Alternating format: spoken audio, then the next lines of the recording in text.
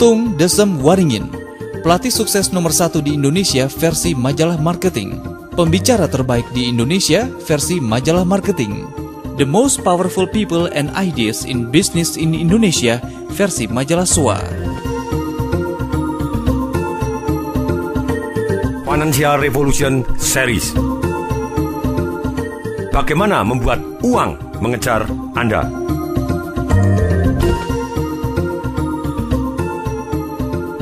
Sebelum saya membahas bagaimana caranya uang mengejar kita, sekarang saya mau tanya dulu, enak mana di dalam hidup ini kita mengejar-ngejar uang atau kita biarkan uang mengejar kita?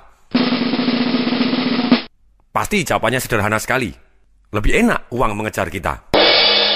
Seperti peribahasa Cina, dikatakan bahwa uang itu kakinya 4, sedangkan manusia kakinya 2. Apabila yang kakinya 2 harus mengejar yang kakinya 4, biasanya kita ketinggalan.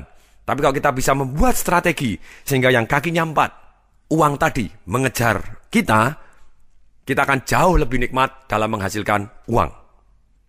Rata-rata manusia pada umumnya ketika mereka lahir dan kemudian setelah sekolah, kemudian akhirnya bekerja, mereka sibuk seumur hidup mengejar uang. Karena mereka sibuk mengejar uang, mereka tidak pernah memikirkan strategi bagaimana uang mengejar kita. Saat inilah saat yang paling tepat untuk mengevaluasi strategi-strategi kita dalam mencari uang, sehingga kita mulai merubah diri sampai akhirnya uang yang mengejar kita. Anda siap untuk belajar?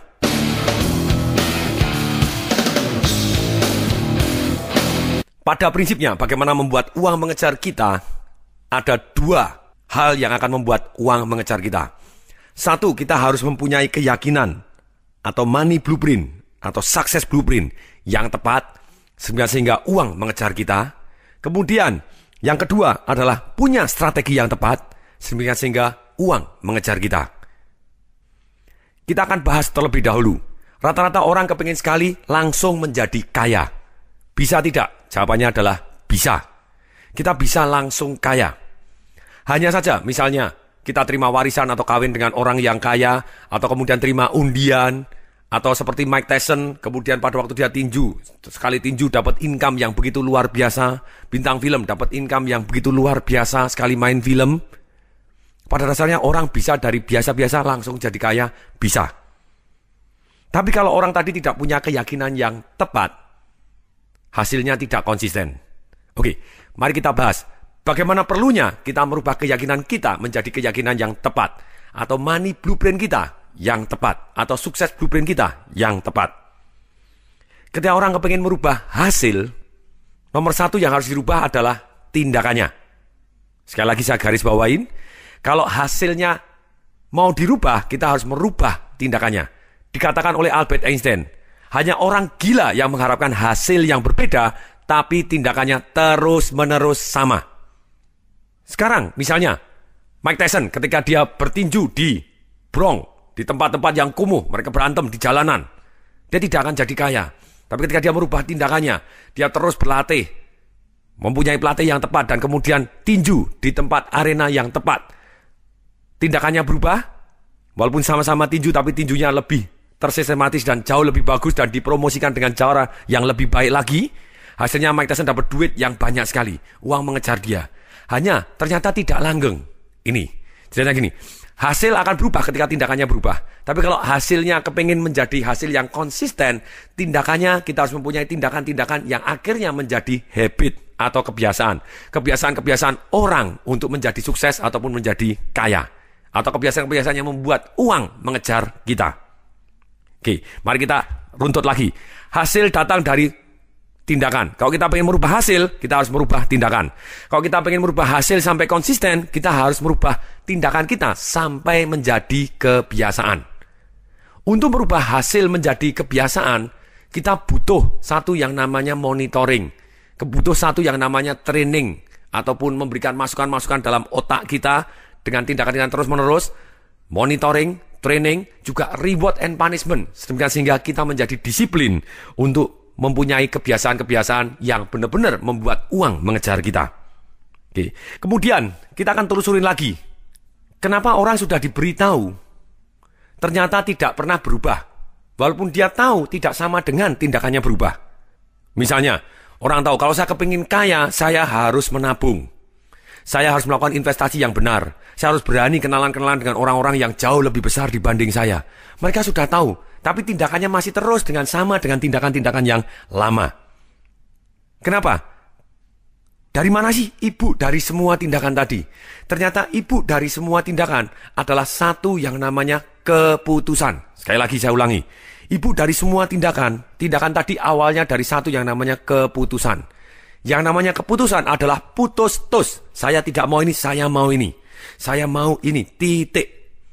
Nah, ketika orang sudah sampai keputusan yang putus-tus, apa yang jadi? Keyakinannya berubah total, tindakannya berubah total, hasilnya juga berubah. Dia bisa menjadi money magnet atau menjadi magnet terhadap uang yang membuat uang mengejar kita karena dia ambil keputusan bahwa uang akan mengejar dia. Nah, kemudian dari mana datangnya keputusan yang putus-tus sedemikian sehingga kita bisa merubah tindakan dan merubah hasil tadi? Ternyata kombinasi dari pikiran dan emosi. Datangnya keputusan tadi adalah kombinasi dari pikiran dan emosi. Ada prinsip-prinsip berpikir, seperti yang saya ceritakan. 24 prinsip miliarder yang mencerahkan. Di CD audio saya, Be Great and Be Millionaire, di situ dibahas 24 prinsip-prinsip berpikir. Cara berpikir orang kaya itu berbeda sekali dengan manusia biasa. Kemudian ada 37 tips Secret to be Rich di CD audio saya yang lain. Itu juga ada cara-cara berpikir seperti apa yang akan membuat kita kaya. Tapi ternyata cara berpikir ini hanya 20%. 80%-nya tergantung dari satu yang namanya emosi. Jadi keputusan timbul ketika kombinasi pikiran yang tepat ditambah emosi yang tepat, suasana emosi yang tepat. Ayahnya dari tindakan itu adalah satu yang namanya suasana emosi yang tepat. Emosi ada 3. Kalau kita kepengen tahu bagaimana cara merubah emosi, kita harus tahu cara merubah dari takut menjadi berani. Mudah sekali merubah takut jadi berani. Kita akan menjadi money magnet ketika kita jago sekali merubah emosi dari takut menjadi berani. Rata-rata orang tahu, yes, saya harus berkenalan dengan orang yang dahsyat ini. Saya harus berani neraktir makan siang. Saya harus belajar kepada orang ini. Saya harus bekerja sama dengan orang ini. Saya harus berani seperti ini. Saya harus berani menyapa orang ini. Tapi rata-rata yang menghambat manusia adalah rasa takut. Itu yang paling menghambat manusia. Bukan tidak tahu. Pengetahuan ada di mana saja. Di internet luar biasa banyak. Tapi tidak tahu bukan menghambat. Yang tidak tahu adalah yang paling menghambat. Bukan tidak tahu, tapi yang paling menghambat adalah tidak mau. Kenapa kok tidak mau? Karena takut. Entah takut gagal, takut ditolak, takut dimarahin, takut sukses pun, takut kaya, nanti kalau kaya begini-begini, keyakinan yang salah. Dan bagaimana kita merubah rasa takut menjadi berani tadi? Sangat mudah. 1, dengan cara merubah gerak. Kalau kita merubah gerak, misalnya kita mau menyapa, wah ini orang yang sangat sukses, saya kepingin berkenalan dengan dia. Kalau saya berkenalan, dia kenal dengan saya, siapa tahu nasib saya bisa berubah. Kalau Anda takut, saran saya langsung masuk kamar mandi, Anda lunjak-lunjak dulu 150 kali, badan Anda panas, muka Anda merah, Anda sedikit berkeringat, Anda dijamin jadi berani. Anda tarik napas panjang sebut dan tepuk dada, yes, yes, yes. Anda dari takut jadi berani. Our emotion is created by our motion. Dengan gerakan kita akan merubah emosi kita dengan sangat-sangat cepat. Takut jadi berani adalah jurusnya banyak sekali, sangat-sangat cepat dan sangat-sangat mudah. Tadi rubah gerak. Rubah fokus, Anda bayangkan hal-hal yang membuat Anda jadi semangat di zaman dulu ataupun masa depan yang kira-kira akan membuat Anda semangat. Anda akan jadi semangat juga. Misalnya kalau saya lagi takut, selain saya merubah gerak, go, saya lunjak-lunjak, dan kemudian saya tepuk, yes, saya tarik nafas panjang-panjang, yes, tarik nafas panjang, yes. Kemudian apa yang saya rasakan? Apa yang saya lakukan? Saya bayangkan kejadian-kejadian masa lalu yang membuat saya percaya diri. Waktu saya kepilih misalnya jadi mahasiswa teladan, waktu saya pilih jadi ketua Asosiasi Manajemen Indonesia, apapun yang ketika saya berada dalam puncak emosi dan semangat saya, ketika saya fokus ke sana, mendadak saya jadi berani, saya langsung berani take action yang tadinya saya takut ataupun ragu-ragu. Inilah bedanya orang sukses dengan orang yang tidak sukses. Orang yang kaya dengan tidak kaya. Orang yang menjadi money magnet, orang yang membuat uang mengejar dia dan yang terus mengejar-ngejar uang. Dia tahu caranya merubah emosi. Dari takut jadi berani. Hanya rubah gerak, rubah fokus. Rubah kata-kata di dalam hati kita. Kita akan juga berubah dengan sangat-sangat cepat. Misalnya, kata-kata kalau kita misalnya pada waktu, nanti kalau ditolak bagaimana? Nah kalau kita mempunyai kata-kata seperti itu, kita tidak akan berani menyapa orang, kita tidak akan berani memulai. Wah, nanti kalau ditolak gimana? Nanti kalau orangnya marah gimana? Nah, kalau kita pakai kata-kata seperti ini di kalimat di dalam hati kita tidak bisa mendekat kepada orang-orang yang jauh lebih dahsyat dibanding kita. Kita tidak akan bisa membuat uang mengejar kita. Nah caranya bagaimana? Tinggal kita rubah kata-katanya. Kita bilang, kalau ditolak juga tidak mati. Selesai. Kalau saya tidak nyapa, sebetulnya saya sudah ditolak 100%. Tapi kalau saya menyapa, ternyata berhasil. Nikmatnya luar biasa. Kenapa tidak saya sapa saja? Dia juga tidak gigit kok, dia juga manusia biasa. Kita membuat jadi kata-kata tadi, menyemangatin kita, mendadak kita juga berani menyapa. Hasilnya nasib kita berubah, uang mengejar kita karena kita berkenalan-kenalan dengan orang-orang yang jauh lebih dahsyat dibanding kita. Nah, kemudian emosi tadi saya katakan ada 3. Satu merubah takut jadi berani. Kalau kita mempunyai keterampilan merubah takut jadi berani, itu salah satu yang luar biasa dahsyat. Yang kedua, kita harus merubah dari sekedar berani menjadi komitmen. Bukan hanya suka saja, tapi kita komitmen. Bukan hanya ceritanya sesaat saja, tapi komitmen. Bedanya apa? Kalau kita ambil keputusan, biasanya kalau kita hanya ya pada waktu kita berani, tapi kita tidak komitmen, biasanya ketika kita mengalami masalah-masalah atau tantangan di dalam hidup ini, kita menyerah. Kalau Anda menyerah, Anda tidak komitmen. Emosi yang lebih baik, bukan hanya sekedar dari takut jadi berani, tapi takut jadi berani, berani jadi komitmen. Maksudnya apa komitmen? Suka duka dijalanin. Cepat atau lambat dijalanin. Mau sengsara atau mau mudah, dijalanin. Pokoknya berhasil. Itu yang namanya komitmen. Nah caranya bagaimana kita bisa jadi komitmen? Kita harus tahu persis. Benar-benar kita ada nikmatnya apa? Kalau kita bisa membayangkan dan merasakan, mendengarkan. Nikmatnya yang luar biasa apa? Kalau kita bisa mencapai yang kita inginkan tadi, maka kita akan mengarah ke sana. Dan yang kedua, kita harus bisa merasakan juga painfulnya atau sengsaranya yang luar biasa. Kalau saya tidak mengerjakan ini, kita bayangkan sengsara yang luar biasa. Misalnya, seperti saya pribadi, ketika saya komitmen, saya pasti harus kaya, titik. Sudah kaya, titik. Kenapa? Kok saya mau misalnya 1 bulan seminar 52 kali, terus keliling-keliling ke seluruh Indonesia kemana-mana, saya komitmen suka duka saya jalanin. Ketika mulai awal-awal karir, kemudian saya buka usaha, usahanya bangkrut, saya buka lagi, usaha bangkrut, buka lagi, terus mulai terus lama lancar-lancar, punya banyak 1, 2, 3, sampai terus berbelas-belas perusahaan dan masih terus bertambah. Kenapa kok saya mau menjalani painfulnya yang orang lain tidak mau? Karena saya sudah membayangkan bahwa ini jalan yang benar, dan saya kan tidak ada kata gagal, yang ada hanya sukses atau belajar. Itu kalimat yang membuat saya berani untuk terus take action. Yang berikutnya saya komitmen. Kenapa kok saya bisa komitmen? Komitmen datang dari tadi. Saya bayangkan sengsara yang luar biasa. Kalau saya tidak sukses, saya tidak kaya, saya kalau menyerah sekarang, apa yang jadi? Walaupun ini sengsara sekali, saya bayangkan yang lebih sengsara. Kalau saya menyerah, ada hal yang lebih sengsara kalau saya menyerah. Kalau orang tua saya sakit, saya tidak bisa bayarin. Kalau anak saya sakit, saya tidak bisa bayarin. Seperti zaman dulu ketika papa saya sakit. Income saya 1 bulan tidak cukup untuk bayarin rumah sakit 1 malam di Mount Elizabeth di Singapura.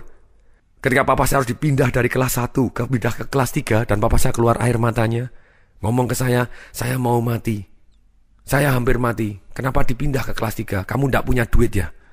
Saya duduk di depan dan saya nangis. Saya bayangkan kalau saya tidak mau berjuang, kalau cuma ditolak anak-anak, kalau cuma sengsara ini anak-anak daripada sengsara pada waktu yang saya alami. Saya bisa membayangkan painfulnya. Kalau saya menyerah lebih sengsara. Dan kalau saya berhasil, saya jauh lebih nikmat, lebih hebat, lebih dahsyat adanya, maka saya akan terus berani untuk take action, saya akan komitmen. Jadi kunci untuk merubah perasaan dari berani menjadi komitmen, Anda bayangkan sengsara yang tidak tertahankan, yang amat sangat besar, amat sangat dalam menyakitkan hati Anda, orang-orang yang Anda cintai. Sehingga Anda berani take action terus, walaupun sekarang sengsaranya sedikit, Anda akan terus maju terus. Dan kemudian Anda juga harus bayangkan kenikmatannya, sehingga kita bisa bayangkan kenikmatannya. Kalau saya sukses begini, saya menjadi uang mengejar saya, makanya saya akan suka adanya. Dan kenikmatannya seperti apa? Keluar negeri, pergi ini dengan menggunakan apa? Anda pengen punya apa? Pengen beli apa? Pengen melakukan apa? Pengen berteman dengan siapa? Semuanya bisa terjadi. Anda bayangkan sungguh nikmatnya, menjadi Anda komitmen, suka duka Anda jalanin. Dan Anda tahu bahwa itu jalannya. Kemudian berikutnya, level ketiga dari sisi emosi. Takut jadi berani, lumayan daripada takut terus. Berani jadi komitmen, lebih baik. Tapi komitmen ada satu perasaan emosi lagi yang sangat luar biasa, yang sangat dibutuhkan oleh manusia, yaitu perasaan diimani. Jadi kita sudah mengimani apa yang kita secara emosi, kita sudah merasa, terima kasih Tuhan, sudah. Di seluruh agama diajarkan, ketika iman itu adalah kekuatan yang paling dahsyat di dalam hidup ini. Kita tidak melihat, tapi kita percaya sudah terjadi. Terima kasih Tuhan, sudah. Apapun agama mengajarkan kita mengimani, begitu ya. Nah kalau kita mengimani sudah, itu beda. Kalau dari takut jadi berani, Anda merubah kata yes, yes, yes, yes, yes. Anda rubah fokusnya, Anda rubah inputnya, rubah kata-katanya. Nah kemudian berikutnya, ketika Anda mau komitmen, Anda bayangkan kalau saya menyerah, lebih sengsara lagi, tidak karu-karuan, tidak bisa tertahankan. Tapi kalau berhasil, nikmat luar biasa tidak tertahan. Jadi Anda komitmen, terus-menerus berjuang, mengejar ke arah yang Anda inginkan. Tapi kalau imanin, satu perasaan emosi yang sangat-sangat berbeda. Jadi bukan, yes, yes, yes, harus bisa, pasti bisa, pasti bisa. No. Tapi kita sudah mengimani, kita merasa, terima kasih Tuhan, sudah. Oh, yes. Terima kasih Tuhan, oh, yes. Jadi bukan hanya visualis saja kita bayangkan, tetapi secara emosi, secara perasaan, kita mengucapkan, terima kasih Tuhan, oh, yes. Kita sudah bisa merasakan bahwa kita sudah punya yang kita inginin tadi. Dengan kita kongruen bulat, dikatakan oleh pakar-pakar dunia, termasuk Bob Proctor, termasuk Jack Canfield. Bob Proctor yang ngajar Secret to be Rich, kemudian Jack Canfield yang ngarang buku dengan Mark Victor Hansen ngarang buku Chicken Soup on the Soul yang sudah laku sampai hari ini 144 juta buku, begitu ya. Dan dia mengajarkan jelas sekali, imanin ini itu adalah apa yang kita bisa pikirkan dan kita bisa rasakan kebenarannya. Nah ini, merasakan kebenarannya ini itu adalah bagian dari iman. Bahwa itu sudah terjadi, maka akan diberikan. Ini kata-kata yang luar biasa, saya ulangi sekali lagi. Apa yang kita bisa pikirkan, dan kita bisa rasakan kebenarannya di dalam hati kita, maka akan diberikan oleh Tuhan kepada kita. Atau kalau mau bahasa yang lebih sederhana, apa yang kita pikirkan, kita bisa rasakan di hati kita kebenarannya, maka kita bisa pegang di tangan kita. Itu adalah kekuatan yang paling dalam untuk iman. Nah, bagaimana kita bisa mempunyai pikiran dan emosi yang tepat? Rata-rata manusia, walaupun pikirannya dan emosinya tepat, saya bisa rasakan, oke, terima kasih Tuhan, ini begini. Nah, caranya bagaimana supaya kita bisa mempunyai iman yang seperti itu tadi, atau istilahnya bulat antara pikiran dan perasaan, sehingga kita menjadi attract atau menarik apapun yang kita inginkan, atau membuat uang mengejar kita. Caranya, kita harus merubah money blueprint kita, atau sukses blueprint kita, atau keyakinan kita, belief system kita. Keyakinan itu apa sih? Keyakinan itu ada dua. Satu adalah aturan di dalam hati, bila begini maka begini. Yang kedua adalah aturan global atau identitas. Saya belajar ini dari Anthony Robbins. Misalnya begini, kalau saya kasih contoh yang pertama, kalau saya begini maka begini. Itu aturan dalam hati, bila maka. Yang kedua identitas. Contohnya, misalnya kita tahu bahwa kalau kita kepingin berkarir sukses, pengen kaya raya, kita harus jualan banyak. Bahwa kalau saya cuma jualan 1 atau 2 setiap minggu, saya tidak akan kaya. Satu hari saya harus jualan minimal 10. Oh, kalau 10 berarti satu hari saya harus menyapa minimal 50. Kita sudah tahu. Kita punya aturan main atau keyakinan, sistemnya begini. Bila saya satu hari menyapa 50 kali, 50 orang baru, saya berkunjung dan berkenalan dengan 50 orang baru, maka saya akan berhasil menjual 10. Bila saya berhasil menjual 10 sehari, 1 bulan minimal berarti saya akan menjual 250. Kalau minimal 250 berarti komisi saya sekian, berarti anak saya bisa sekolah ke luar negeri, bisa sukses adanya, saya bisa nikmat, saya bisa kaya, saya bisa beri rumah yang besar. Itu aturan main dalam hati. Tapi ternyata apa yang jadi? Kita punya aturan main seperti itu, bila maka, kemudian di dalam pemikiran kita, ternyata ada kata-kata yang merubah keyakinan kita menjadi negatif. Betul sih, bila saya keluar 1 hari 50 kali, nanti saya bisa kaya karena dapat laku 10. Tapi, berada kata-kata yang menetralisir, bila saya 1 hari keluar 50 kali, maka saya panas. Bila panas, maka saya gosong. Bila kosong, saya masa jelek. Nah, otak manusia hanya cari nikmat, menghindari sengsara. Kalau ternyata nikmat dan sengsaranya campur, otak kita bingung. Bila begini, maka nikmat. Bila begini, tapi bila begini, saya jadi sengsara. Plus dan minus campur, otak kita jadi netral. Otak manusia seperti besi dan magnet. Ketika dia bulat, bahwa ini baik adanya, dia akan mendekat. Ketika ini jelek adanya, dia akan menjauh.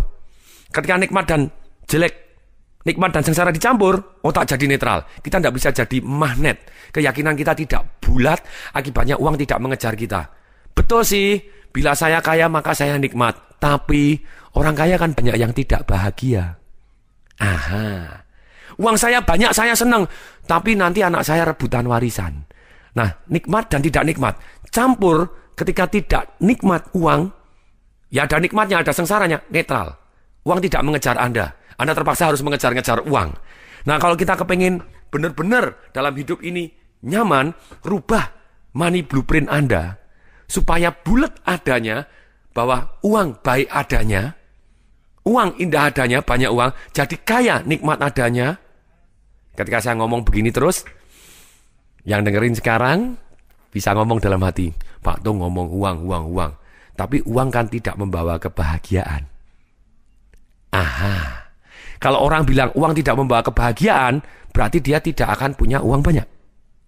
Dia punya keyakinan-keyakinan yang menetralisir arti penting uang atau arti penting menjadi kaya. Akibatnya uang tidak mendekat ke dia. Kalau uang mendekat ke dia, dia juga tidak tahu, dia tidak peka, malah dia menghindar. Jadi akibatnya apa? Uang tidak bisa nempel ke dada dirinya dia sendiri. Nah, sekarang kalau kita pengen menjadi money magnet, kalau kita pengen merubah, benar-benar membuat uang mengejar kita pengen merubah hasil, kita harus merubah tindakan. Merubah tindakan berarti merubah keputusan. Merubah keputusan berarti merubah pikiran dan emosi.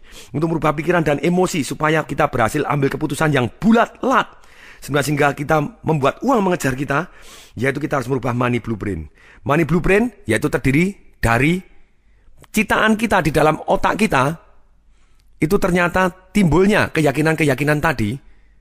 Tadi keyakinan yang pertama adalah aturan, bila begini maka begini, bisa saling menetralisir. Yang kedua adalah satu yang namanya keyakinan global ataupun identitas. Maksudnya uang adalah, orang kaya adalah. Ketika orang ngomong di dalam pikirannya dia, uang adalah akar dari segala kejahatan. Celaka. Padahal dia maunya menikmati uang, tapi uang kan akar segala kejahatan. Tanpa sadar dia menetralisir arti uang tadi. Ketika orang kaya kan tidak bahagia, banyak orang kaya yang sengsara. Uang tidak menyelesaikan masalah. Nah, dengan kata-kata seperti ini, kita tidak bisa membuat uang mengejar kita. Karena kita mendadak menolak, programnya menolak. Menolak uang, menolak uang, menolak uang. Nah, oke, sekarang mari kita bahas. Mari kita bahas, dari mana datangnya keyakinan tadi atau money blueprint citaannya ini. Selama citaannya tidak pernah dirubah, kita tidak akan pernah bisa membuat uang mengejar kita akan sengsara ngejar-ngejar uang terus. Kalau kita misalnya dapat uang banyak pun, uangnya mendadak habis. Kenapa kok habis? Karena dalam hati kita tidak suka punya uang yang banyak atau ada pertentangan di dalam hati yang sehingga uang meninggalkan kita tanpa kita sadarin. Nah, datangnya money blueprint ini adalah dari 3 hal saja. Satu, dari apa yang pernah kita dengarkan pada waktu kita masih kecil sampai hari ini, tanpa sadar membuat cetakan di dalam otak kita dan di hati kita. Yang kedua adalah apa yang kita lihat. Manusia selalu meniru orang lain tanpa disadarin. Disadarin atau tidak disadarin, mereka akan meniru. Tanpa sadar cara ngomong kita mirip ayah kita, cara jalan kita mungkin mirip kakak kita. Semuanya ada kata-kata yang tanpa sadar mirip yang kita digunakan juga oleh saudara-saudara, nadanya juga hampir sama. Tanpa sadar kita benar-benar mirip dengan orang-orang di sekitar kita tanpa kita sadarin. Kita melihat dan kita mencontek tanpa kita sadarin ataupun dengan kita sadarin. Yang ketiga, yang membentuk citaan di dalam otak kita, citaan uang atau citaan sukses di dalam otak kita adalah trauma-trauma perasaan yang kita alami tentang uang ataupun tentang kekayaan yang disadarin ataupun tidak disadarin. Membuat kita mempunyai keyakinan seperti tadi, mempunyai money blueprint seperti tadi. Oke. Nah, sekarang mari kita rubah money blueprint kita. Siap? Kalau siap, please, tolong tulis keyakinan-keyakinan kita tentang uang selama ini yang entah pernah kita lihat, atau pernah kita dengar, atau pernah kita rasakan, yang membuat kita menjadi anti atau negatif terhadap uang, apapun. Misalnya begini, kalau yang kita dengar, uang adalah akar dari segala kejahatan. Kita tulis, uang adalah akar dari segala kejahatan. Apapun yang negatif tentang uang, yang mungkin kita pernah dengar aja tanpa sadar membekas di otak kita. Misalnya yang pernah kita dengar lagi. Uang itu tidak tumbuh di pohon. Uang itu nyarinya sulit. Makanya harus hemat. Susah. Usaha itu harus punya modal. Harus kerja keras baru dapat uang. lupa itu kan positif. Tunggu dulu. Kalau Anda merasa harus kerja keras, berarti Anda harus kerja keras terus gitu ya. Bisa nggak kita kerja cerdas dan dapat uang banyak, membuat uang mudah mendapatkan kita? Kalau kita menganggap bahwa cari uang itu sulit, terjadilah. Itu citaannya. Ada cara gampang Anda tidak mau. Oh kalau ada gampang itu pasti tidak halal. Padahal belum tentu. Ada yang gampang dan halal. Tapi selama citaannya, blueprintnya, bahwa cari uang itu adalah sulit, yang gampang adalah tidak halal, maka kita akan cari yang sulit. Tidak akan cari yang gampang dan halal. Ada gampang dan halal pun selalu kita curigain bahwa itu tidak halal. Nah ini kita akan celaka. Itu blueprintnya harus dirubah, benar-benar dirubah. Oke. Nah sekarang juga kejadian-kejadian apa yang pernah Anda lihat tanpa sadar membuat jadi pola hidup Anda hari ini. Percaya atau tidak, cara Anda mengelola uang hari ini atau cara Anda ambil keputusan hari ini plus minus. Kalau bukan sama persis dengan orang tua Anda, berarti berlawanan 180 derajat dengan orang tua Anda. Misalnya Anda melihat orang tua Anda boros, bisa jadi tanpa sadar hari ini pola Anda sama, boros juga. Atau bisa jadi Anda ketika melihat orang tua Anda boros, sampai kere, akhirnya Anda janji kepada diri sendiri, saya akan ngirit sekali, pelit luar biasa, karena orang tua Anda boros sekali, makanya sekarang Anda pelit luar biasa. Nah kemudian, sebentar lagi, jadi akan saya cut, supaya semua take action, apa yang pernah Anda dengarkan, apa yang pernah Anda lihat, pola-pola seperti apa yang membuat Anda jadi tidak kaya, tidak membuat uang mengejar, atau uang jadi sulit. Kemudian yang ketiga, trauma-trauma apa? Saya kasih contoh misalnya, waktu seminar Financial Revolution saya ada pegawai negeri. Oh ya Pak, saya punya pengalaman trauma, pernah saya lihat dan saya pernah dengar.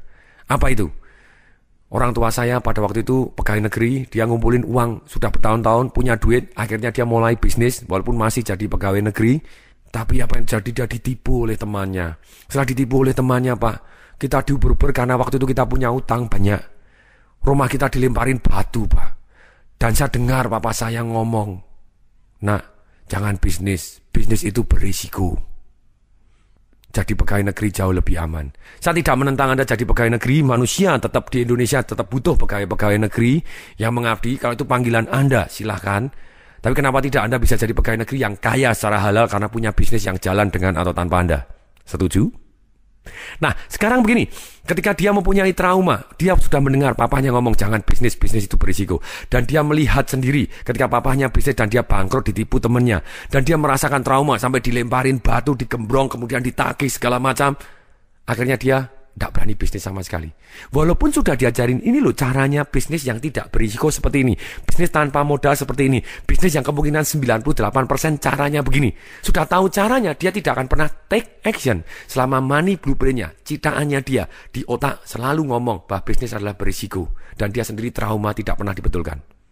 Nah, sekarang silakan ditulis apa yang pernah Anda dengarkan, apa yang pernah Anda lihat, apa yang pernah Anda rasakan, trauma-trauma apa tentang keuangan. Saya akan kasih waktu 3 menit. Silakan tulis apapun. Ini adalah awal, Anda bisa ulangin lagi. Tapi sekarang ini adalah awal. Please, sekarang tulis sekarang juga. Please, sekarang cari alat tulis dan tulis sekarang juga. Hentikan CD ini. Tulis terlebih dahulu apa yang pernah Anda dengarkan, apa yang pernah Anda lihat, apa yang pernah Anda rasakan secara keuangan yang membuat Anda mempunyai keyakinan-keyakinan ataupun perasaan yang negatif tentang uang atau orang kaya. Sekarang mulai.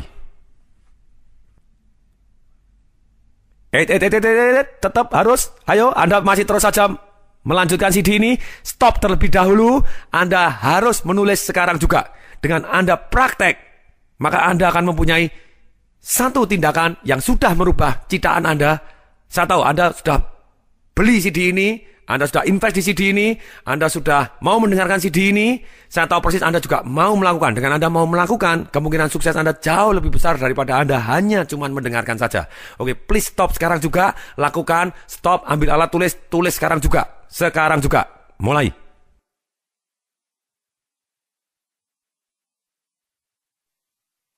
Oke, welcome back. Selamat datang kembali. Saya anggap semua sudah menulis. apa yang dialami, apa yang dilihat, apa yang didengar tentang uang ataupun orang kaya yang negatif. Misalnya begini, ini saya list di sini, ada yang di studio sudah melakukan list di sini. Saya list kata-katanya dan kata-kata yang pernah dia dengar. Misalnya, uang adalah akar dari segala kejahatan. Saya harus bekerja keras untuk menjadi kaya. Cari kerja itu susah. Orang mati tidak membawa uang. Untuk apa mencari banyak uang? Boleh juga, sumbangkan saya juga saya terima. Oke, kemudian uang bukan segalanya. Uang tidak bisa membeli cinta. Karena uang orang malah putus bersaudara. Hemat pangkal kaya. Cari uang itu sulit. Uang tidak menyelesaikan masalah. Orang kaya itu pelit. Orang kaya jahat. Orang kaya hidupnya tidak bahagia. Saya tidak mungkin bisa kaya. Saya tidak berbakat untuk menjadi kaya. Banyak sekali. Dan kemudian di sini juga melihat ada satu dari asisten saya juga yang sudah melakukan hal yang sama. Ternyata keyakinan dia sampai hari ini dia tidak pernah bisa menabung karena dia punya keyakinan dia pernah melihat orang tuanya yang begitu baiknya. Sehingga orang tuanya amal terus. Amal adalah baik, tapi amal di luar batas itu menyengsarakan anak istri Anda. Karena anak istri Anda juga mestinya harusnya punya tabungan. Anda harus punya tabungan, harus punya cadangan juga. Nah ternyata asisten saya ini terus saja dia mengeluarkan uang karena dia juga baik. Karena dia melihat ayah dan ibunya dari dulu baik, membantu orang banyak. Maka ternyata polanya dia juga sama, dia membantu. Oke. Dan sedangkan untuk yang trauma, ada cerita-cerita yang menarik tentang trauma, seperti tadi, yang pegawai negeri yang trauma untuk mempunyai bisnis sendiri, itu adalah trauma yang luar biasa karena dia dilemparin batu di gembrong-gembrong. Nah sekarang, marilah kita rubah sekarang. Jadi para pendengar, mari kita rubah secara sadar. Nah caranya merubah begini. Saya akan kasih waktu Anda untuk merubah apa yang pernah Anda dengar. Menjadi kata-kata yang lebih positif. Yang baik adanya tentang uang dan tentang orang yang kaya. Kemudian yang kedua, kita akan memilih apa yang kita lihat tadi tidak cocok dengan kita, maka kita akan rubah menjadi yang cocok dengan kita. Caranya merubah ada 4 tahap. 1, kita adalah tahap yang namanya awareness, atau kita mulai sadar, oh iya, saya pernah dengar kata-kata seperti ini. Oh iya, saya pernah melihat pola-pola seperti ini. Pantesan saya polanya ikut boros. Karena dulu saya selalu dari kecil diajak papa sama mama saya pergi ke mall, makanya saya terus belanja terus. Saya tidak pernah melihat dia polanya cari duit caranya gimana. Saya hanya belajar pola. Dapat duit, buang. Dapat duit, buang. Saya punya pola seperti itu karena saya melihat mama saya seperti ini. Oke, berikutnya kita mulai tahap 1 yang namanya awareness. Yang kedua, kita mulai tahap understanding.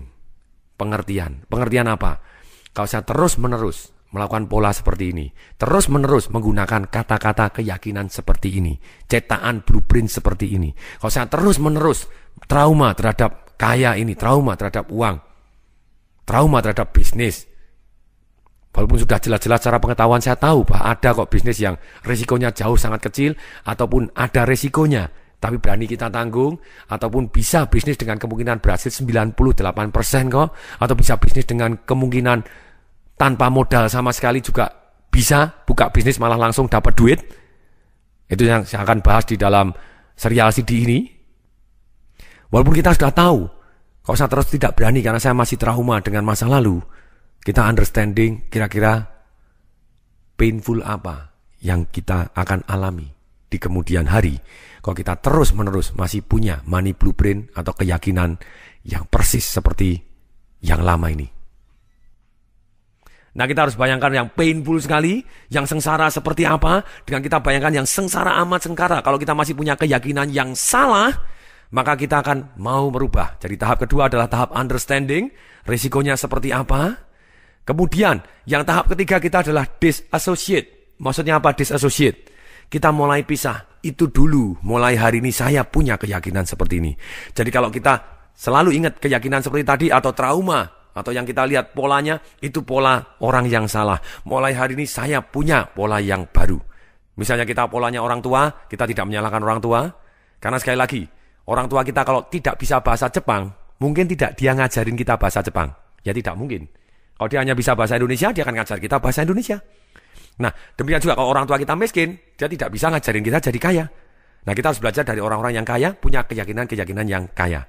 Dan pola orang tua yang kita lihat, kita akan ngomong kepada diri sendiri, kita sudah understanding bahwa painfulnya kalau kita ikut pola yang salah tadi, besok tuanya seperti apa? Kita mulai tahap disassociate. Itu orang tua saya. Saya yakin bahwa orang tua saya kepingin saya jauh lebih kaya dan lebih sukses dibanding dia. Jadi saya berhak mempunyai keyakinan sendiri, yang saya tahu pasti bahwa keyakinan saya ini, kalau orang tua saya tahu bahwa ini membawa manfaat, membuat saya jadi lebih kaya, lebih sukses, lebih baik adanya, orang tua saya pasti setuju adanya. Yaitu tahap disassociate. Itu dulu, mulai hari ini saya begini.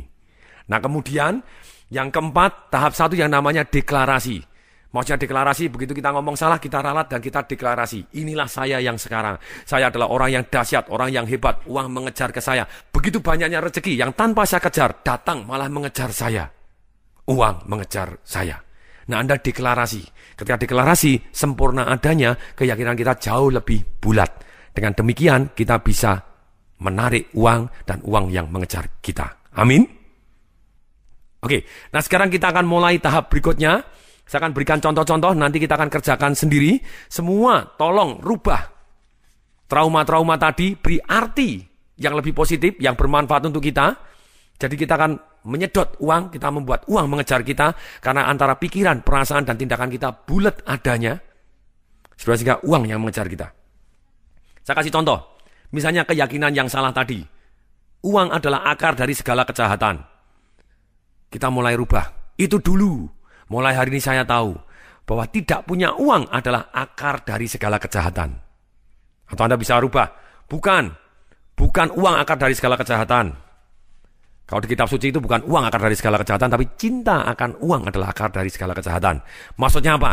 Dia mencintai uang lebih dari Tuhan, mencintai uang lebih dari saudaranya, mencintai uang lebih dari hal-hal yang harusnya dia utamakan, kesehatannya dia, makanya dia akan sengsara gitu ya. Jadi cinta uang adalah akar dari segala kejahatan, betul. Tapi lebih baik kita rubah dengan yang tepat.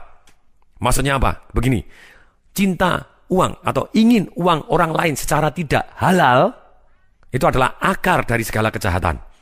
Nah, akibatnya kita punya keyakinan yang sudah tepat. Misalnya lagi, saya kasih contoh tadi. Saya harus bekerja keras untuk menjadi kaya. Ini keyakinan yang salah. Yang benar adalah, saya harus kerja cerdas untuk menjadi kaya. Dan kalau saya bekerja cerdas dan keras, maka saya akan jauh lebih cepat untuk menjadi kaya. Seperti itu. Oke, jadi akan saya hentikan sekarang. Mulailah merubah hal-hal yang kita yakini secara negatif tadi, rubah menjadi yang lebih positif. Mulai. Hentikan CD ini. Mulailah kerjakan tugas Anda. Sekali lagi, stop sekarang juga sampai Anda selesai menulis yang negatif menjadi bulat positif adanya, atau yang negatif minimal jadi netral. Baru tugas ini akan menjadi lengkap adanya. Untuk itu, stop CD ini, mulai kerjakan tugas ini. Sekarang juga mulai. Welcome back. Selamat datang lagi. Sudah? Bagaimana les Anda? Mari kita les di sini. Misalnya, tadi ada yang sudah menulis di sini. Cari kerja itu susah. Langsung diganti. Itu dulu. Mulai hari ini, setiap kita mendengar kata-kata cari kerja itu susah, kita mulai ngomong, itu dulu. Mulai hari ini saya punya keyakinan bahwa cari kerja itu mudah kalau tahu caranya. Misalnya begini. Orang mati tidak membawa uang. Untuk apa? Mencari banyak uang. Kemudian kita ganti. Benar, uang tidak dibawa mati. Tapi dengan uang banyak dan pengobatan yang tepat, bisa menyelamatkan dari kematian. Benar, uang tidak dibawa mati. Tapi untuk itu saya mau meninggalkan warisan yang banyak.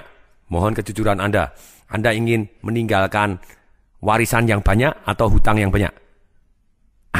Pasti kita pengen meninggalkan warisan yang banyak atau jujur, ayo jujur gitu ya. Jadi kita akan ngomong seperti itu. Kita akan rubah, misalnya, uang bukan segalanya. Anda betul, uang bukan segalanya, tapi segalanya butuh uang. Nah, kalau Anda punya seperti ini, Anda jadi bulat. Misalnya, uang tidak bisa membeli cinta. Anda ngomong gimana? Betul, uang tidak bisa membeli cinta. Apalagi kalau tidak punya uang. Lebih sengsara, Anda bisa beli apapun gitu ya, celaka gitu ya. Nah, atau begitu, Anda bisa, memang betul, kadang uang tidak bisa membeli cinta, betul. Karena ada orang punya keyakinan yang negatif. Wah, kalau saya dapat orang yang uangnya banyak, nanti jangan-jangan istrinya 4. Nah, dengan demikian, orang takut.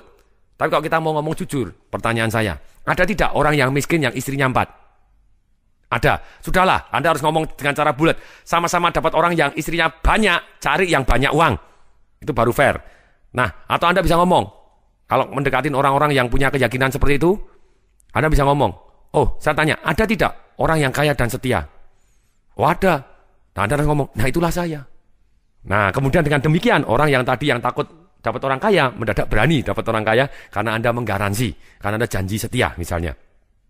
Seperti contoh, misalnya ada satu bintang film yang namanya Michael Douglas, dan kemudian dia mendekati bintang film yang cantik namanya Catherine Zeta-Jones.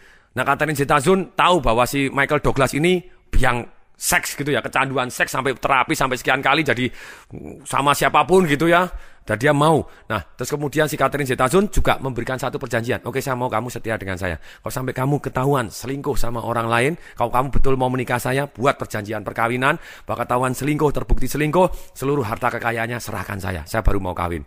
Michael Douglas, oke, karena dia sangat cinta sama Catherine Zeta-Jones. Sekarang, mau selingkuh?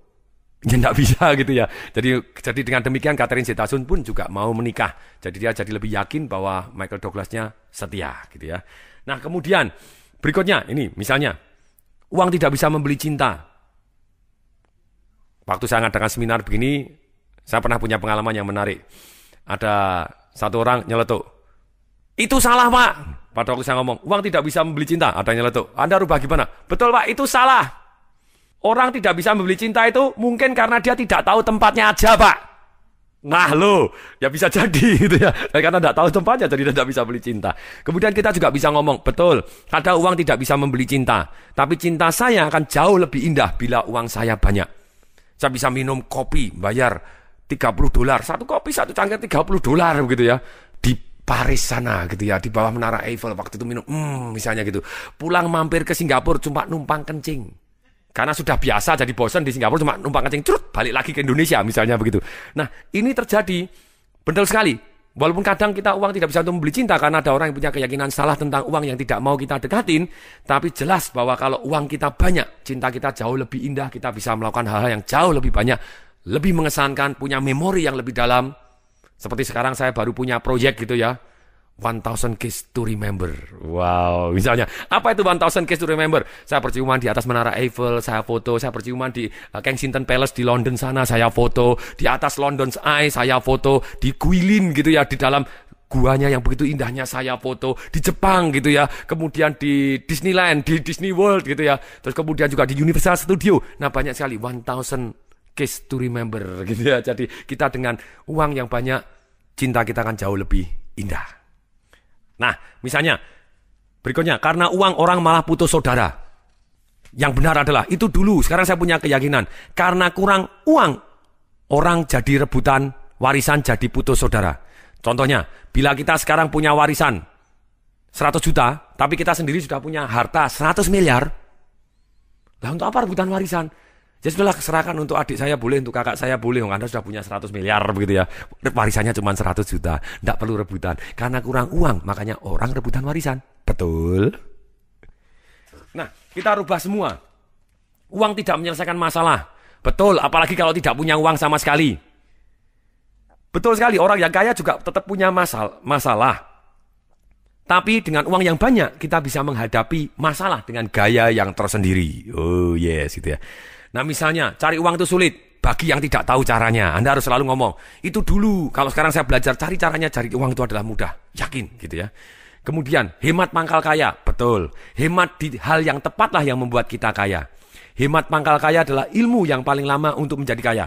Saya setuju untuk hemat, tapi saya akan terus berinvestasi dan belajar bagaimana kaya dengan cara yang lebih cepat.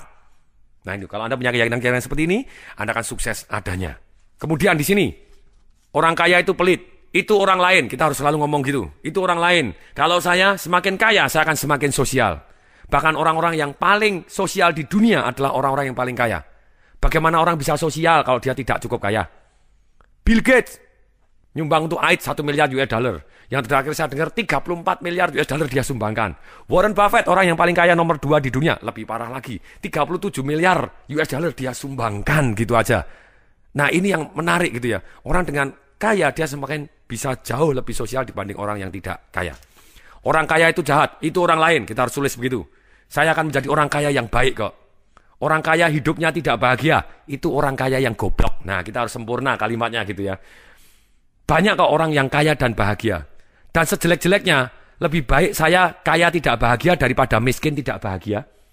Karena yang miskin kan banyak yang lebih tidak bahagia gitu ya. Mau ngapain susah, mau makan aja susah, bagaimana bisa bahagia? Oke, saya tidak mungkin bisa kaya. Itu dulu, sekarang saya yakin saya pasti bisa kaya. Jadi kita mulai seperti itu. Untuk usaha besar pasti butuh modal besar. Itu bohong, langsung kita tulis seperti itu. Buktinya, saya melihat dan menyaksikan, saya mendengar banyak cerita orang dengan modal nol atau bahkan minus bisa mempunyai usaha yang besar. Untuk punya usaha yang besar, saya hanya butuh ide dan kemampuan untuk meyakinkan orang lain. Sekali lagi, hanya butuh ide dan kemampuan untuk meyakinkan orang lain, maka Anda akan bisa jadi kaya. Nah, sekarang Anda sudah mulai merubah keyakinan-keyakinannya, sekarang mulai masuk tahap deklarasi. Caranya bagaimana? Sekarang, semua para pendengar, silakan berdiri. Anda please tolong berdiri, rubah gerakan Anda, berdiri dulu. Semua berdiri, semua berdiri. Semua berdiri. Anda lakukan satu persatu, saya beri contoh, 1, 2, dan kemudian Anda lakukan sisanya Anda sendiri. Tahap 1 yang namanya deklarasi. Oke, sekarang semua berdiri, pegang tangan kanan Anda di hati Anda, dan tangan kiri di atas tangan kanan Anda, memegang di dada Anda. Anda katakan, mulai hari ini, saya tahu, orang kaya punya keyakinan bahwa cari uang itu mudah bagi yang tahu caranya. Bahwa orang kaya adalah orang yang bisa sosial jauh lebih banyak. Bahwa saya harus bekerja cerdas, bukan hanya keras, tapi cerdas terlebih dahulu, baru keras, maka saya akan jadi kaya. Saya tahu bukan uang akar dari segala kejahatan, melainkan tidak punya uang adalah akar dari segala kejahatan. Dan saya punya keyakinan untuk menjadi kaya, dan saya maka pasti jadi kaya, dan uang akan mengejar kita dengan mudah. Oke, setelah itu, mari kita tempel tangan dua-dua di kepala kita. Kita katakan, ini adalah pemikiran triliuner kita. Sekali lagi, tempel tangan Anda di dahi, tangan dua-dua di dahi, katakan, ini adalah pemikiran triliuner saya. Ini adalah pemikiran triliuner saya. Oke. Nah, setiap ada keyakinan yang negatif atau pengalaman yang traumatik, itu dulu mulai hari saya akan melakukan ini. Itu dulu mulai hari saya akan melakukan ini. Itu dulu, bisnis adalah berisiko. Mulai hari ini saya tahu bahwa bisnis tidak berisiko kalau kita belajar caranya. Atau kita mulai tanpa modal, dan saya sudah mulai belajar bagaimana mulai bisnis tanpa modal dan melakukan aset alokasi sehingga saya persis tahu bahwa risikonya pun bisa saya terima dan saya manage, dan saya akan tetap take action. Itu Anda pegang tangannya di hati, kemudian Anda pegang tangannya di dahi, tangan kanan tempel dahi, tangan kedua-duanya tempel di dahi, Anda ngomong, ini adalah pemikiran triliuner saya. Nah, dengan demikian Anda sudah deklarasi, lengkap sudah. Anda sudah mulai tahu, waspada bahwa ada hal-hal yang negatif yang bisa merubah masa depan Anda tanpa Anda tahu. Yang kedua, Anda sudah mulai understanding resikonya seperti apa. Kemudian yang ketiga, Anda mulai disassociate. Itu dulu, mulai hari ini saya adalah seperti ini. Yang keempat, Anda deklarasi dengan cara seperti yang saya ceritakan seperti ini. Sudah mulai bulat perasaan Anda. Setiap Anda punya keyakinan negatif, ngomong, itu dulu, mulai hari ini saya begini. Uang adalah susah, itu dulu. Mulai hari ini uang adalah mudah karena saya membuat gunung nilai tambah sehingga uang mengalir ke danau saya. Nah, setelah selesai kita merubah keyakinan kita menjadi punya keyakinan yang tepat atau punya money blueprint yang tepat. Sekarang saatnya kita belajar strategi. Sengaja kenapa strategi saya taruh di belakang? Karena 80% dari karena 80% bagaimana membuat uang mengejar kita adalah dari merubah money blueprint-nya terlebih dahulu. Sedangkan 20% tentang strategi. Strategi, bagaimana strateginya? Atau cara-caranya untuk membuat uang mengejar kita? Strateginya hanya ada 5. Oke, ikutin saya, tolong diulangi. Ada berapa? Kenapa saya minta Anda ngulangin? Ketika Anda ngomong, sebenarnya Anda sudah mulai merubah blueprintnya, sel-sel otak Anda sambungannya jauh lebih banyak daripada yang tidak ngomong. Jadi ketika mendengarkan CD ini, CD saya ini, saya minta Anda juga selalu aktif. Ketika saya minta dijawab, silakan Anda juga jawab pada waktu mendengarkan. 5 strategi untuk membuat uang mengejar kita. 1 adalah dengan membuat nilai tambah. 1, membuat nilai apa? Kedua, harus dikomunikasikan. Yang kedua, harus diapain? Yang ketiga, kepada orang yang tepat. Yang ketiga, kepada siapa? Yang keempat, dalam jumlah yang banyak. Yang keempat, dalam jumlah yang Anda harus ngomong terus. Setiap saya minta ngomong, Anda ngomong. Dengan Anda ngomong, Anda sudah membuat deklarasi tanpa disadarin otak bawah sadar Anda lebih belajar lebih banyak dibanding Anda hanya duduk diam. Ini sistem belajar yang terbaru yang dahsyat luar biasa. Yang kelima, yaitu dengan cara yang tepat. Yang kelima, dengan cara yang tepat. Oke. Nah, sekarang begini. Maksudnya apa ini? Ternyata kalau kita kepingin membuat uang mengejar kita lebih baik fokus untuk membuat gunung-gunung nilai tambah. Seperti air akan mengalir ke bawah. Seperti uang akan mengalir ke danau kita kalau kita membuat gunung-gunung nilai tambah di sekeliling danau kekayaan kita. Dengan gunung-gunung nilai tambah ini membuat kita jauh lebih kaya. Uang akan mengejar ke kita karena air dengan sendirinya akan mengalir masuk ke tempatnya. Nah, 24 prinsip miliarder yang mencerahkan di CD saya yang lain. Yang saya jelaskan, prinsip nomor 1 adalah membuat nilai tambah kalau Anda kepingin kaya. Demikian juga, pada waktu kita kepingin membuat uang mengejar kita harus membuat nilai tambah. Maksudnya nilai tambah apa? Nilai tambah itu begini. Saya hobi adalah menraktir orang-orang yang jauh lebih kaya dari saya. Dari situ saya kenal kata-kata nilai tambah. Contohnya nilai tambah. Waktu saya nraktir salah satu anggota Asosiasi Manajemen Indonesia yang sangat-sangat kaya, masih naik Mercedes-Benz gitu ya, padahal sudah pensiun lama sekali. Waktu saya traktir makan siang, saya tanya, Pak, kalau boleh belajar Pak, kapan Anda kaya? Dari biasa terus ke kaya itu apa sih yang Anda lakukan? Oh, pengen belajar, saya membuat nilai tambah. Maksud Bapak, nilai tambah itu seperti apa? Untuk pertama kalinya saya baru dengar kata-kata nilai tambah tadi. Gini. Pak Tong, saya ajarin ya, gitu ya. Betul Pak, saya mau belajar. Silakan Pak, dengan senang hati. Terus kemudian, saya mau tanya, kalau besi rongsokan, itu sekilo kira-kira harganya berapa? Wah Pak, saya enggak tahu. Ya kira-kira aja deh. Ya 5.000 lah misalnya sekilo gitu ya. Ya boleh, misalnya 5.000. Kalau misalnya besi rongsokan ini, oleh para pemulungnya, diambil, dikumpulkan, terus kemudian bawa ke pabrik peleburan besi bekas, pada waktu dia mulung mungkin harganya 5.000. Waktu dia dekatkan, dia jual kepada peleburan besi, apakah harganya 5.000? Ya enggak, pasti ada ongkosnya Pak, jadi mungkin jadi 7.000. Dengan ada nilai tambah, mendekatkan itu sudah membuat nilai tambah. Membuat lebih mudah adalah nilai tambah. Merubah nama pun sudah nilai tambah. Merubah bentuk juga nilai tambah. Memberikan paket hadiah yang lain itu juga nilai tambah. Memberikan jasa servis berikutnya itu juga nilai tambah. Oke, saya bilang gitu. Terus kemudian dia ngomong lagi. Misalnya tadi oleh pabrik peleburan tadi, dari besi rongsokan dirubah jadi paku, kira-kira sekilo berapa? Wah, mohon maaf Pak, saya bukan toko besi, jadi saya nggak tahu gitu ya. Kira-kira pasti lebih mahal dari 7.000 kalau misalnya angkanya tadi? Oh ya pasti Pak, bisa di 15.000 sekilo atau 20.000 sekilo. Oke. Sekarang, kalau misalnya tadi, besi tadi dibuat jadi kursi yang indah, kursi taman yang indah. Apakah sekilonya juga tetap 15.000, 20.000? Oh enggak Pak, bisa jadi lebih mahal lagi. Oke, sekarang kamu pengen tahu nggak? Besi itu ada yang 1 kilo, harganya 1 miliar. Wow. Saya mikir, wah pasti rumit sekali nih. Pengen tahu? Ya, saya pengen tahu, saya bilang itu. Kemudian dijawab oleh teman saya ini, per jam Rolex.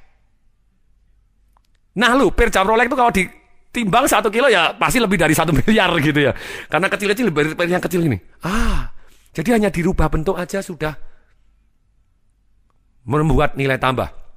Kemudian, bukan hanya merubah bentuk aja, merubah nama loh. Maksudnya, coba besi rongsokan tadi, ada besi rongsokan tertentu yang dirubah namanya jadi barang antik. Kira-kira harganya mahal? Jadi lebih mahal gitu ya. Jadi benar-benar jadi lebih mahal karena hanya berubah nama doang bisa jadi lebih mahal. Seperti pada waktu saya ngadakan game-game bagaimana untuk orang bisa mencari uang yang lebih banyak. Murid-murid saya turunin jalanan tanpa duit, cari duit dengan kreativitas, dengan membuat nilai tambah tadi. Ketika mereka belajar jurus ini, mereka bisa beli pisang, tidak pakai duit, Pak saya jualin, Bapak di sini saya jualin, temannya dibuat jaminan, begitu ya. Ketika temannya dibuat jaminan, dia pinjam pisangnya, dia jualin. Pisang harga 7.000, bisa laku 50.000, bisa laku 100.000. Pengen tahu? Pengen tahu? Hanya dengan dirubah namanya. Pada waktu dia di puncak, kemudian dia bilang, Pak, ketok-ketok mobil mewah, dia cari target market yang tepat ini kepada orang yang tepat. Dia langsung ngomong, Pak, ini ada pisang berkat. Kita sudah doain Pak supaya Bapak selamat sampai di tujuan. Pulang sampai di Jakarta Pak, sampai di Bandung, sampai di rumah Anda selamat sampai tujuan. Ini pisang berkat Pak, sudah didoain. Terserah Pak, Bapak mau beli berapapun. Nah lu, dia mau ndak beli, nanti takut celaka sampai di jalan. Kalau dia beli, ya sudah dia kasih 50.000, kasih 100.000. Wow, pisang 7.000 ditambahin diganti nama pisang berkat aja. Mendadak ada nilai tambahnya yang luar biasa.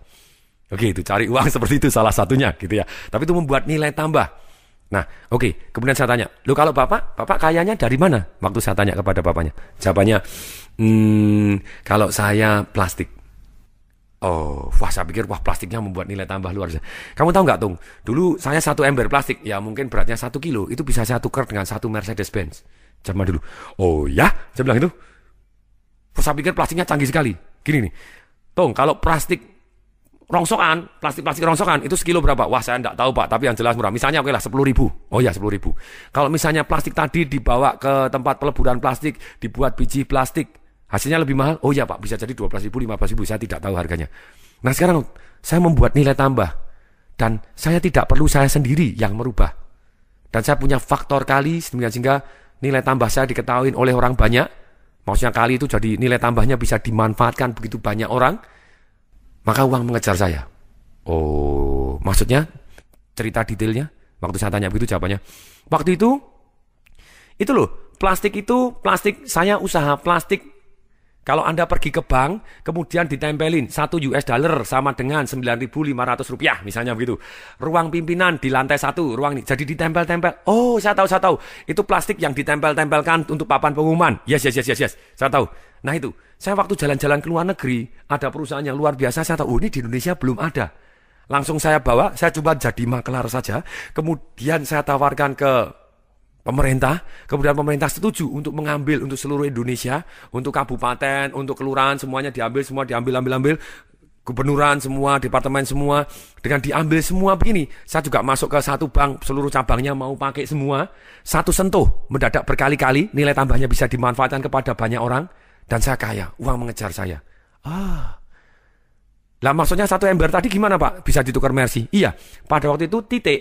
Jadi ada angka 1, angka 2, ada titik. Titik itu kecil, waktu itu dijual dengan harga 100. Nah kalau 1 ember, ya bobotnya mungkin 1 kilo atau lebih, itu harganya waktu itu berapa puluh juta, itu persis bisa ditukar dengan 1 Mercedes-Benz waktu itu. Saya bilang, wow saya kaya raya gitu ya. Lupa lewat ini cuma jadi kaya. Jadi dengan ada nilai tambah, Anda jauh lebih kaya. Kenapa pengusaha lebih kaya dibanding karyawannya? Secara umum. Karena pengusaha mempunyai nilai tambah yang lebih banyak dibanding karyawannya. Karyawannya hanya membuat nilai tambah untuk bosnya, sedangkan pengusaha membuat nilai tambah. Dia menghidupin mungkin 200 karyawannya dia atau 2.000 karyawannya dia, plus barangnya bisa dirasakan manfaat masyarakat mungkin 10.000 orang, 50.000 orang, atau bukan 1 juta orang. Nilai tambahnya dikali dan bisa dimanfaatkan oleh banyak orang. Makanya uang mengejar dia jauh lebih kaya dibanding hanya karyawan biasa. Misalnya begitu. Tapi karyawan juga bisa kaya. Itu nanti di CD saya ke-7. Saya ajarkan Anda bagaimana karyawan pun juga bisa jadi kaya gitu ya. Nah kemudian setelah kita mempunyai nilai tambah, entah dengan merubah bentuk, mendekatkan, merubah nama, atau ceritanya menambah paket sehingga ada nilai tambah yang berbeda dengan orang lain. Apa yang harus kita lakukan? Kita harus mengkomunikasikan. Percuma kalau kita punya nilai tambah tapi tidak dikomunikasikan.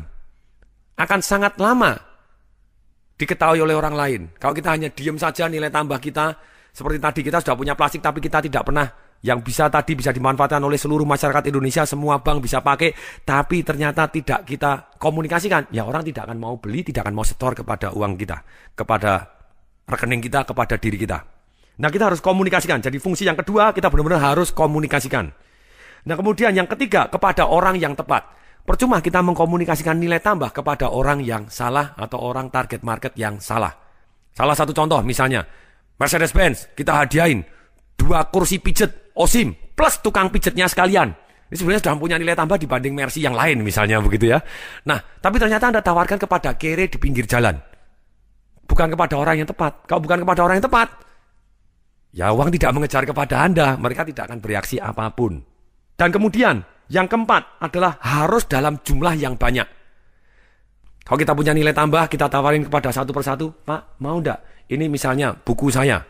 Saya kasih contoh ya, buku saya Financial Revolution. Bagaimana buku Financial Revolution saya bisa dapat rekor muri. Buku terlaris di Indonesia, satu hari laku 10.511 buku secara eceran. Karena saya tahu prinsip ini, saya harus membuat nilai tambah. Buku saya bukan hanya sekedar buku. Pada waktu launching pertama kali tahun 2005 bulan Oktober, saya satu-satunya buku di dunia. Silakan dicek, saya tidak tahu, tapi setahu saya adalah satu-satunya buku di dunia saat itu yang memberi hadiah 2 CD audio gratis. Ini nilai tambah yang saya tidak rugi gitu ya. Kemudian saya beri hadiah juga, boleh datang di seminar saya yang senilai 900.000 selama 3 jam di 9 kota. Bayar senilai 90.000, dapat hadiah senilai 1 juta sendiri, ya orang pasti mau. Itu ada nilai tambah yang luar biasa. Tapi kalau nilai tambah ini tidak diketahui oleh orang lain, bagaimana mereka mau beli buku saya? Jadi saya harus komunikasikan. Oke, nilai tambah saya komunikasikan kepada orang yang tepat. Orang yang tepat adalah apa? Orang yang suka baca. Dalam jumlah yang banyak. Kalau saya nilai tambah ini, saya tawarkan satu persatu. Orang yang tepat, Bapak suka baca. Bapak mau beli buku saya, dapat hadiah ini, hadiah ini. Oh ya, saya mau. Tapi lama saya untuk uang mengejar saya tidak bisa satu terlalu lama. Saya butuh orang yang tepat dalam jumlah yang banyak. Untuk itu pasang iklan di Kompas, orang-orang yang suka baca, dan kemudian nilai tambahnya diketahui orang lain, orang nyerbu dengan luar biasa dahsyat sehingga dalam satu hari laku 10.511 buku. Tapi masih ada unsur yang kelima, supaya orang mau mengejar kita, setelah kita komunikasikan kepada orang yang dalam jumlah yang banyak, kita harus pakai cara yang tepat. Ini yang kelima, cara yang tepat. Cara yang tepat, mengkomunikasikan yang terbaik, kita harus belajar marketing. Belajar sales, belajar marketing, belajar negosiasi, belajar psikologi manusia, sehingga kita bisa mengkomunikasikan nilai tambah kita kepada orang yang tepat dalam jumlah yang banyak dengan cara yang tepat. Contohnya pada waktu saya pasang iklan, itu dibahas di buku saya Marketing Revolution.